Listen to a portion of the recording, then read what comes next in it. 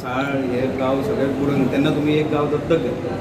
आज त्याची परिस्थिती तीच जाल्या, सगळी शेतांनी उदीक गेलं, लोकांक खूप नुकसान जालें. सो एज अ MP तुमचें कितें कमेंट आसा? जी कितें मदत MP लॅड फंडांतून करूं जाय इतलीच म्हाज्या हातांत आसा आनी सदांच हांव सदैव असलो हांकां दितां. तांचे कडल्यान हें घेवन म्हाजे कडेन कितें आसा MP लॅड फंड जो कितें आसा तो प्रायोरिटी बेजीचेर हांव तांकां दिता. तुम्ही वचून विजीट करतले तुम्ही हय चल हे वचूंकूच जाय.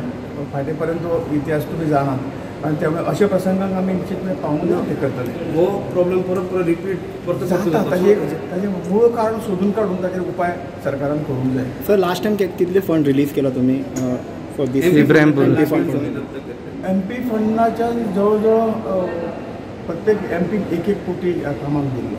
1 कोटी आपल्या फंडांतून दिल्ले.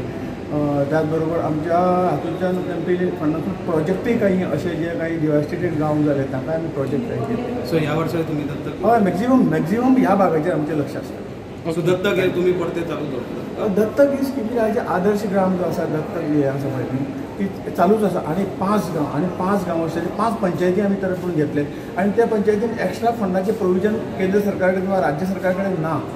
पण तो जो फंड आसा ताका युटिलायज करपाक प्रायोरिटी त्या पंचायतीक दिवची हो ताचे फाटलो नॉर्म्स आसा. आनी म्हणून आमी जे 2 गांव दत्तक घेतले तातूंत खुबशीं बरीचशीं गांवां 75% कामां जालीं.